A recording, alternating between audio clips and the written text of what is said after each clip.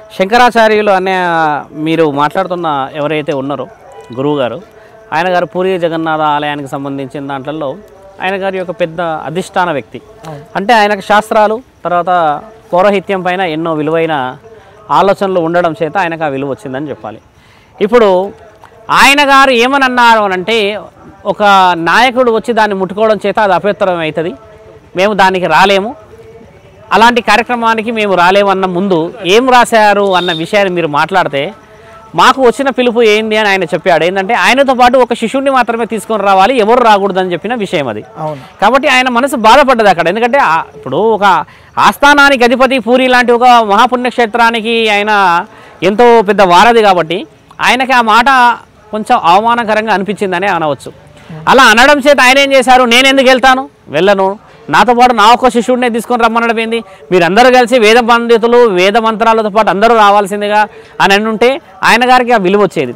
కాబట్టి చూడండి శంకర, ఇప్పుడు రాముడిని కమర్షియల్ చేయాల్సిన అవసరం లేదు అక్కడ.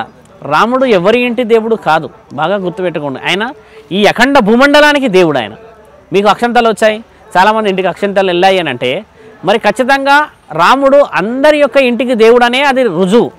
అలాంటిది ఇప్పుడు మీరు అన్నట్టుగా ఒక నాయకుడే అన్నాడని, ఒక పీఠాధిపతి అన్నాడు అని అంటే ఆయన మనోభావన యొక్క దెబ్బ అది. అంటే ఆయనకు ఎంతో ఇబ్బంది అనిపించి మమ్మల్ని అంత తక్కువగా అలా చేయడం చేత ఆయన ఏమనుకున్నారంటే పెద్ద పెద్ద స్థాయి ఉన్న వాళ్ళు మాత్రమే అక్కడ గుడికి రావచ్చేమో అన్నట్టుగా అన్నాడేమో అన్న ఉద్దేశంతోని ఈ మనం అనుకుంటున్న ఈ గురువు గారు శంకరాచార్యులు గారు తప్పుదో ఆలోచన చేశారు. ఎందుకంటే ఆయన మనసు దెబ్బతిన్నది అని అంటే దేవుడికి అందరూ సమానమేగా శంకర. అంటే నేను రాముడిని తాకడం నేను చూడలేను అని చెప్పారు. ఎందుకు చూడలేను అని అంటే, ఒక మనిషిని మనిషిలాగా ఆలోచన చేయలేని సమక్షంలో ఒక గురువు అయిన నేను, పుణ్యక్షేత్రంలో గురువులాగా ఉన్న నేను ఎన్నిసార్లు చూసినా ఎన్ని మార్లు చూసినా నా జన్మనే నేను దేవుడి గురించి పెట్టిన ఈ యొక్క శరీరానికి నన్నే ఒకవోలనే రమ్మని అని అన్నారు అని అంటే, మరి నాలాంటి పురోహితులకి ఆ మర్యాద ఉంటే సామాన్యమైన వ్యక్తులకి ఏం మర్యాద ఉంటుందన్న ఆలోచన చేసి నేను రాలేను, అలాంటి వ్యక్తులు చేస్తున్న పూజని చూడలేను అని ఆయన మనోవేదనని వ్యక్తపరిచాడు మిత్రమా. అంటే దీన్ని ఎట్లా అంటే కాంట్రవర్సీగా చూస్తున్నారు. అంటే ఇట్లా పూరి శంకరాచార్యులు గారు ఇట్లా నరేంద్ర మోడీని కించపరిచారు, ఆయన తాకితే నేను రాలేను అని అట్లా కాంట్రవర్సీగా చూపిస్తున్నారు. అంటే కాంట్రవర్సీగా చూపించే తరుణమే లేదు. ఎందుకంటే ఆయనంతలో ఆయన రాసిన పాఠమే కదా అక్కడ మీరు చెప్పినట్టుగానే ఆయన ఏమన్నాడు, నాతో పాటు ఒక శిష్యుడిని మాత్రమే తీసుకురావాలన్న సందేశం వచ్చడం చేత ఆయన మనోభావం దెబ్బతిన్నది. అంటే ఆయన ఉద్దేశం ఏంది, దాని కాంట్రవర్సీ తీసుకోవడానికి ఏమీ లేదు మిత్రమా. ఆయన ఏమనుకున్నాడు అంటే రాముడు గారికి ఈయన ఒక్కడే భక్తుడా, మేము భక్తులమే కదా అన్న ఆలోచన వచ్చింది ఆయనకి. అంతకు మించి ఆయన ఎక్కడా కూడా ఎవరిని తప్పుగా మాట్లాడినట్టు చెప్పలే, ఆయన మనోవేదన చెప్పిండు శంకర అక్కడ. నేను అనుకున్నా ఇది నాతో పాటు ఒక శిష్యుడినే రమ్మన్నారు కాబట్టి నేను రాను, నాకు ఇష్టం లేదు. ఎక్కడైతే ఒక గురువులకి, ఒక పండితులకి, ఒక పౌరాహిత్యానికి, ఆజన్మ సాధువులైన ఒక భిక్షాటకులకి గుడిలో నిత్యం పూజలు చేస్తూ భగవంతుడి ఆరాధనలో ఉన్న వాళ్ళకి విలువ లేనప్పుడు నేను ఎందుకు రావాలి? అంటే పూరి శంకరాచార్య గారు చెప్పింది కరెక్టే అని మీరు అంటున్నారు. కరెక్ట్ అంటే ఇప్పుడు మీరే ఉన్నారు, మీ మనసుకు నొప్పించినట్టుగా మాట్లాడితే మీరు వెళ్తారా? మీ మనోవేదనని ఎవరైనా బాధిస్తే మీరు వెళ్తారా? పిలువని పేరంటానికి వెళ్ళవచ్చు అని అనేది ఇక్కడ రాసి ఉందా? ఇప్పుడు పిలిచిన పేరంటానికి వెళ్ళొచ్చు, మర్యాద తీసుకోవచ్చు. కానీ ఇక్కడ ఏమైందంటే ఆయన ఈ పేరంటం నాకు ఇష్టం లేదని అనుకున్నాడు. ఎందుకంటే అక్కడ విలువ కనిపించలేదు ఆయనకి. మీరు వెళ్తారా మిత్రమా? ఎవరైనా వెళ్తారా? ఇప్పుడు పిలువని పేరంటానికి వెళ్తారా? వెళ్తే అవమానాలు ఫాలో అవుతారుగా. ఇప్పుడు ఈయన ఏమనుకున్నాడంటే అయిష్టంగా నాకు వచ్చిన ఈ ఆహ్వానం నా శిష్యులతో పాటు నేను రాకూడదు అన్నట్టుగా ఒక్కోళ్ళనే తీసుకొని రావాలన్న ఆ మాటని ఆయన కొంచెం మనోవేదనగా గురయ్యాడు. ఆయనకు బాధపడడానికి మీరు అడిగిన ఈ ప్రశ్న పలు విధాలుగా మీరు 10 సార్లు అడిగితే ఆయనే చెప్తాడు కదా, నా శిష్యులను వద్దన్నారు, నన్ను వద్దన్న, నేను ఒక్కనే రావాలన్నారు.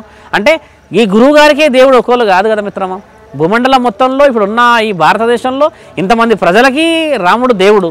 ఎక్కడెక్కడో ప్రజలు ఉన్నారు మన ఇండియా నుంచి వెళ్ళే వాళ్ళు, వాళ్ళందరికీ దేవుడు కదా రాముడు. కాబట్టి ఆయన అడిగిందల్లా ఏంటంటే మిత్రమా, ఒక నాయకుడిని తక్కువ కూడా చేయలేడు. ఆయన అడిగిన ఒకే ఒక మాట ఏంటంటే మాకు విలువలేని సమక్షంలో మేము రాలేము కదా అన్న మనోవేదనని మీరు హైలైట్ చేసుకోండి. తప్పుదో పట్టిస్తున్నారు అని అంటే పట్టించుకుంటారు 100 మంది 100 మార్గాలు, అవునా కదా. కాబట్టి ఆయన చెప్పినది మనోవేదన. ఆయన పిలిచింది కూడా ఆయన అంతమందిలో ఎక్కువ ఇబ్బంది అవుతుందన్న ఉద్దేశంగా ఆయన పిలిచి ఉండవచ్చు. ఇప్పుడు గురువుగారు తక్కువ ఆలోచన చేసి ఉండవచ్చు. శంకరాచార్యులు అంటే ఇప్పుడు ఆయన కూడా దైవాధీనంలో ఉన్న మనిషే కదా శంకర. మీలాగా మాలాగా సామాన్యమైన మనిషిలాగా ఉన్నాడా అని అనడానికి రుజువులు లేవు కదా. అంత పెద్ద పుణ్యక్షేత్రం పూరి జగన్నాథాలయం భూమండలంలో మహానీయమైన ఒక క్షేత్రం అది. కాబట్టి ఆయన ఆ విధంగా హట్ అయ్యాడు, ఆ విధంగా మనోవేదన చెందడానికి కూడా అర్థం ఉన్నది. దాంట్లో లేదు అనడానికి లేదు. మీరు నన్ను అడిగారు ఈ ప్రశ్న, సాక్షాత్తు ఆయనే పోయి 10 సార్లు అడిగితే ఆయననే బాధపడొచ్చేమో కదా, నన్ను అలా అన్నాడు, నా మనసు ఇబ్బంది అయిందని అనుకోవచ్చు కదా. కాబట్టి మాటల ద్వారా హట్ అయ్యాడు ఆయన, ఇంకా చేతుల ద్వారా చూసి నేను భరించలేను అన్న ఆలోచనని వెనక్కి తీసుకున్నాడు. కాబట్టి మాట చాలా పవర్ఫుల్ వెపన్ మిత్రమా. రామునికి తన సొంత ఇంటికి వెళ్తున్నాడు కదా, ఖచ్చితంగా వెళ్తున్నారుగా, తన సొంత ఇంటికి వెళ్తున్నారు, ఎట్లా అనిపిస్తుంది? ఇప్పుడు చూడండి, రాముడి యొక్క రాజ్యం అంటే చాలా ఆనందకరమైన విషయం. రామరాజ్యం ఇప్పుడు నాలాంటి సాధువులకి రామరాజ్యం లాంటి ఒక విలువైన పండుగ వచ్చింది అని అంటే, మీలాంటి మానవులందరికీ ఒక ధర్మం గెలిచిందన్న విలువ వచ్చినట్టే. కాబట్టి రాముడి యొక్క రాజ్యం స్థాపించబడ్డ ఈ దేశం గర్విస్తుంది, మన దేశం గర్విస్తున్నది. ఈ దేశం గర్వించగలడానికి గల కారణం ఎవరు మిత్రమా?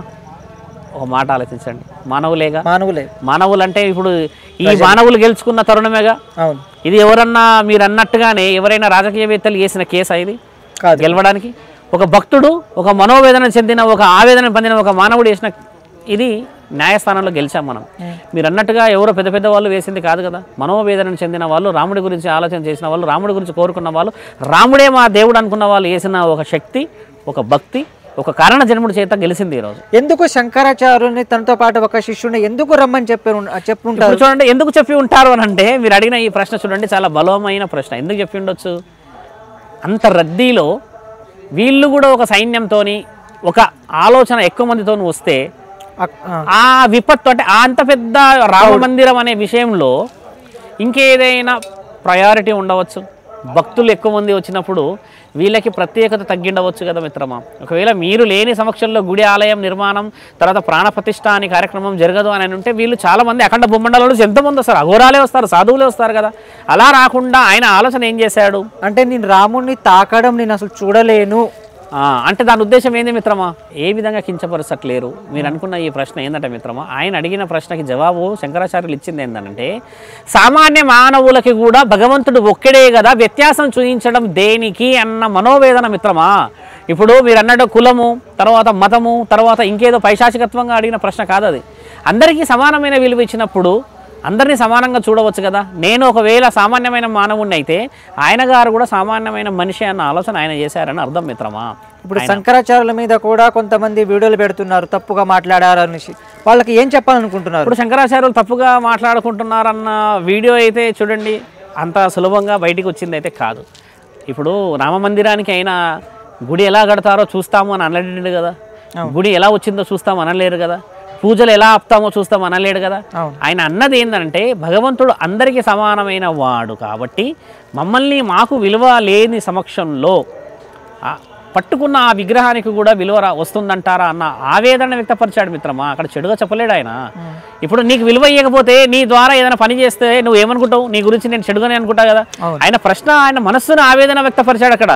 ఈయన గారి గురించి ఇప్పుడు మీరు అన్నట్టుగా ట్రోల్స్ అవుతున్నాయి, లేకపోతే యూట్యూబ్లో చాలా మంది ఇలా అంటున్నారు అలా అంటున్నారు అంటే చేస్తుంటారు. ఖచ్చితంగా రావాలి. కాంట్రవర్సీలు రాకపోతే ఆయన గారికి విలువ ఎలా వస్తుంది? మరి ఇప్పుడు ఒక దేశాధినేత, మరి ఆయనకి విలువ ఎలా వస్తుంది? ఒక ఈయన కూడా రాజ్యాధికారి అంటే ఇప్పుడు అంత పెద్ద పుణ్యక్షేత్రానికి, ఆయన రాజ్యానికి ఆయన కూడా గొప్పవాడే కదా.